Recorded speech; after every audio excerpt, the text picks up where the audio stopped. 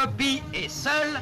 C'était en 1952, pour la première fois dans l'histoire du Tour de France, l'arrivée se faisait en altitude après 21 virages de lutte acharnée.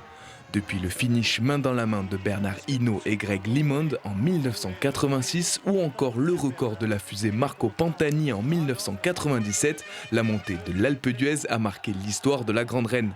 Cette ascension qui a fait la gloire de certains Français est enfin de retour après 4 ans d'absence.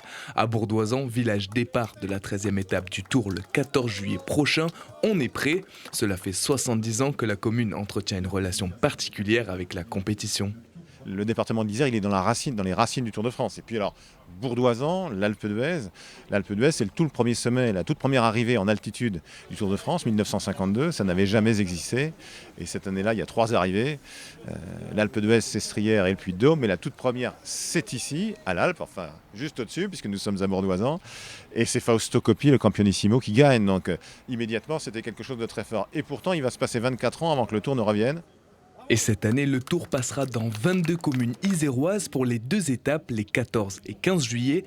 Chaque année, la compétition est retransmise dans 190 pays. Rien qu'en Europe, ce sont 150 millions de téléspectateurs qui suivent les exploits des coureurs.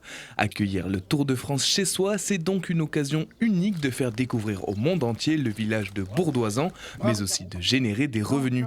Près de 600 000 fans de vélo sont attendus sur la ligne de départ.